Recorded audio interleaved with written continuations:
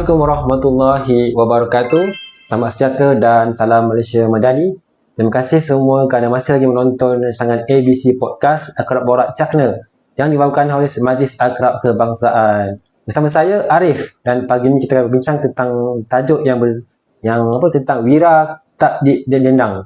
Bersama saya pada pagi ini adalah ACP Foo Chek Seng, Timbalan Ketua Jabatan Pencegahan Jenayah dan Keselamatan Komuniti Operasi IPK Kuala Lumpur. Baik, selamat pagi, apa khabar? Sihat, Alhamdulillah. Oh, sihat, terima kasih. Baik. Terima kasih banyak sudah datang pada ABC Podcast. Best tempat ni, seronok lah. Rasa suka macam rumah. Bukan rumah, dia keselesaan dia. Sebab mana tempat yang kita pergi, yang paling penting kita punya feel. So, bila kita rasa selesa, senang lah, mudah lah. Kita punya tajuk hari ini adalah tentang wira tak didendang. Ya, betul. Betul. Sebelum saya pergi jauh tentang wira tak didendang, Tuan rasa dah pengalaman servis dah berpuluh tahun, betul tak kan? Oh, memang berpuluh tahun tu yang mahal tu. Otai. Boleh tak Puan ceritakan sikit macam mana Puan boleh pelibatan dalam anggota ni? Macam mana minat tu ke, orang keluarga ke, ataupun tengok inspirasi ke? Macam-macam lah. Sebab dia menjadi cita-cita saya sejak dari kecil untuk masuk polis. So macam dulu kita ingat masuk polis ni best lah. Kita tengok start servis tahun bila? Saya start servis 91. So dalam bila kita tengok cita-cita polis kan, semua best lah. So dah masuk polis, dia lain dengan wayang. Tidak sama. Dalam wayang 1 jam kita selesaikan kes. Dalam polis, kalau ada rezeki kita selesaikan dalam 1 jam. Tak ada rezeki berbulan-bulan pun kita perlu. Yang paling penting usaha tu kita tak lupa. Maknanya kita jangan putus asa. Apa sekalipun kita buat dan menyelesaikan kes tak putus asa. Dalam akrab pun kita tak putus asa. Betul. Okay, Puan. So wira tak didendang ni kita pergi pada topik dia. Okay, betul. Boleh. Dia biasanya seorang tu pengalaman dah banyak, buat kerja macam-macam, tapi di mata masyarakat tu macam tak apa nak nampak.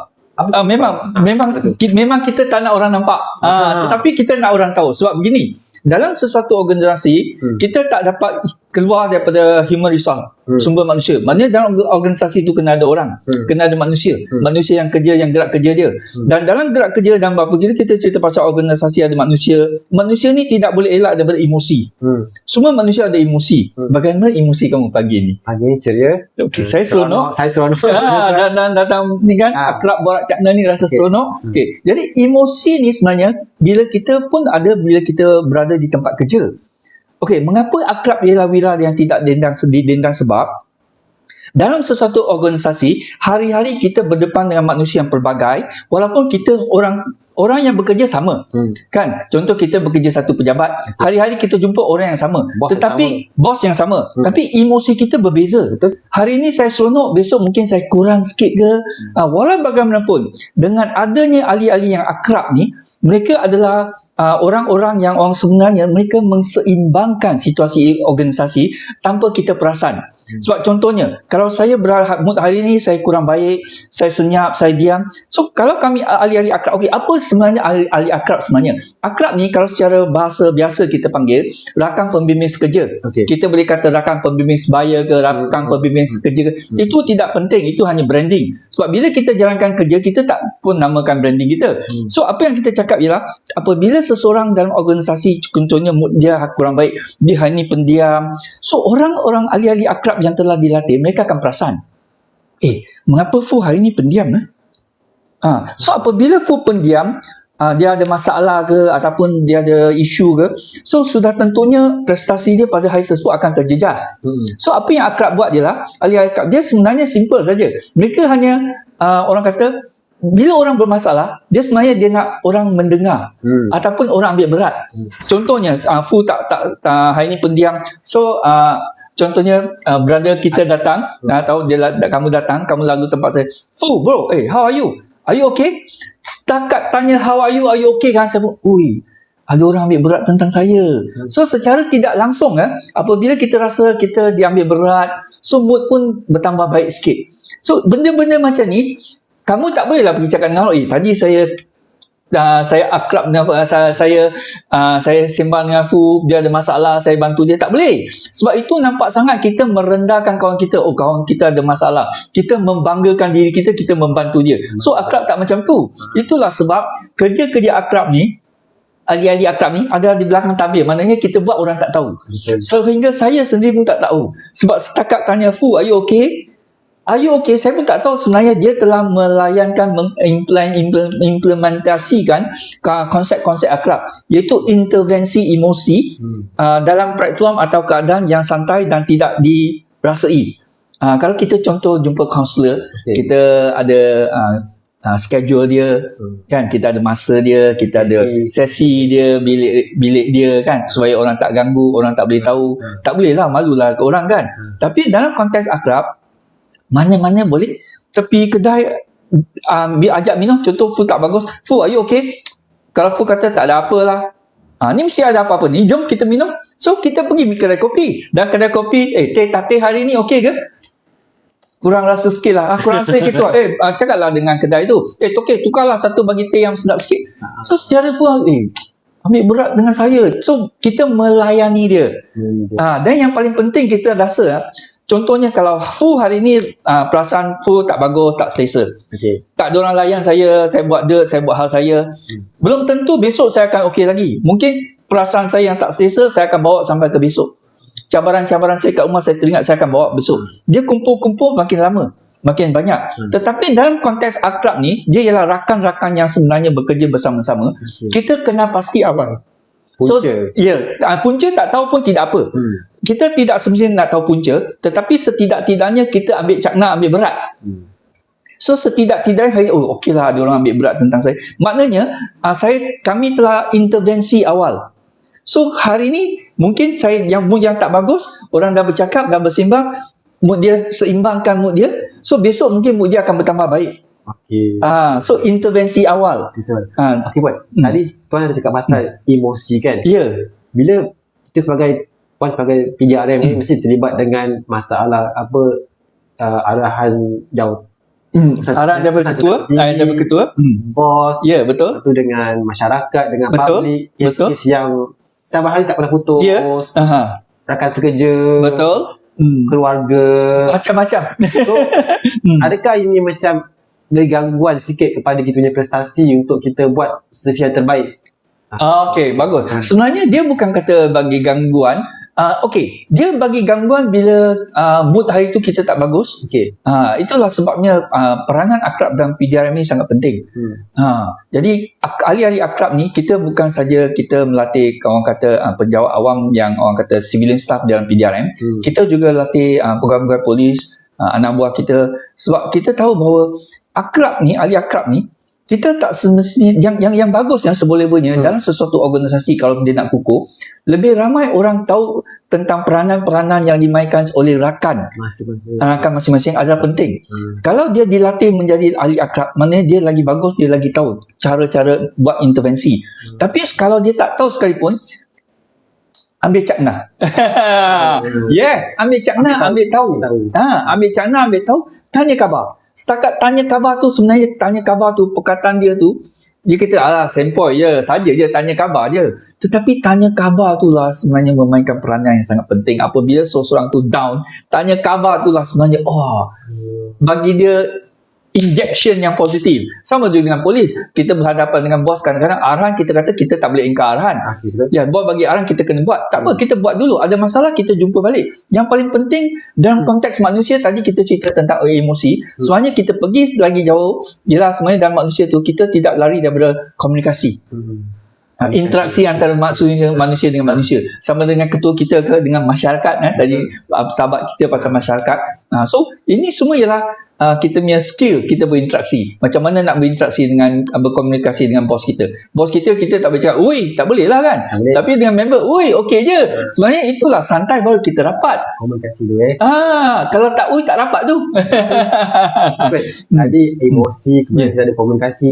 Saya nak sedikit persepsi. Kadang-kadang bila satu masalah je jangan, walaupun orang tu ada 1000 kebaikan, betul, tapi satu masalah tu kita akan jadi macam ada persepsi terhadap dia. Tepat sekali. Memang betul lah tu. Macam mana kita nak uruskan persepsi ni kadang-kadang. Bagus. Ini dah punca lah. Bila dendam, kita blame dia. Betul. Kita rasa satu buruk tu semua datang baik lah. Betul. So itu sebenarnya itu yang selalu menyebabkan kita kadang-kadang dalam persimpangan. apabila kita kata kita berperang dengan persepsi, sebenarnya memang betul lah. Kita cyber ni. Kerana manusia tidak dapat elak daripada persepsi. Macam sekarang kita tadi datang pun kita ada persepsi bilik ni. Bestnya bilik ni. Itu persepsi bagus. Kalau persepsi tak bagus, jadi semua orang ada persepsi berbeza. So kita kena pegang pada satu yang kita pandang. Apabila kita tidak dapat mengawal persepsi manusia yang lain, orang lain, persepsi orang kita tak dapat kawal, setidak-tidaknya kita buat apa yang terbaik yang mampu kita.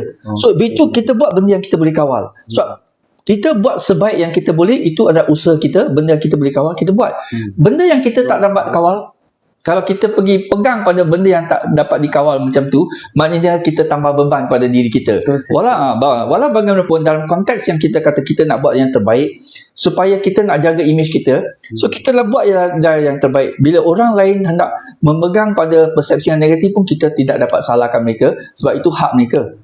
Boleh tak cerita sikit pasal apa tekanan sebagai jawatan besar sekarang ni, apa tekanan yang korang hadapi macam untuk bagi kita motivasi kita hari-hari kita nak servis zaman lagi ni. So apa tekanan dan macam mana korang nak semangat lagi untuk servis akan datang? Mesti yang paling penting apa yang mendorong dia? Apa yang mendorong sebenarnya apa yang mendorong sebenarnya kepuasan kerja.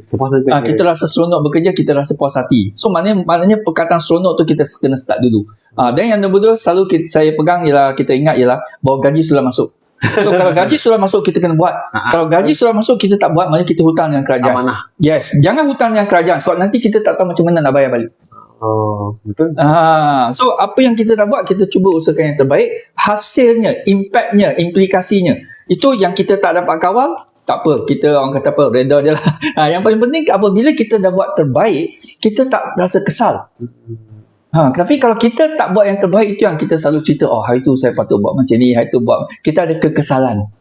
Cuma kalau kita buat yang terbaik, tak ada kekesalan. So cuma benda-benda yang tak diingini berlaku, itu di luar kawalan. Kita terima je lah sebagai pengajaran. So kita hanya buat yang terbaik. Apa yang persepsi ataupun orang punya penghargaan dan sebagainya, itu terpulang pada usaha. Terpulang pada mereka. So hari ni saya nak cerita sikit pasal wira yang tidak didendang ni. Sebab kita harap ahli-ahli akrab ni, kita tahu bahawa memandangkan kita ni, orang-orang ahli-ahli akrab semua adalah wira-wira yang tidak didendang, kerana kita memainkan perannya dan kita tak boleh di belakang tabir, kita tak boleh menonjolkan diri, tetapi kehadiran ahli-ahli akrab sangat-sangat penting. So teruskan usaha. Teruskan usaha, buat yang terbaik, sebab peluang untuk menolong orang bukan datang hari-hari. So banggalah apabila kita memberi peluang untuk menolong orang secara tidak langsung pada platform yang orang kata sangat santai, tidak formal. Buatlah secara tidak langsung. Apabila kita mampu tolong kawan, secara tidak langsung sebenarnya kita memperkayakan kebolehan kredibiliti diri kita sebenarnya. Okey Puan, tuan dah bagi nasihat apa galakan tuan untuk orang mereka berminat kalau jadi akrab, macam mana tuan boleh bagi nasihat? Boleh je. Dia nampak dia tambah kerja, tambah tugas, betul. Nak tambah lagi kan. So macam mana kita boleh bagus tu.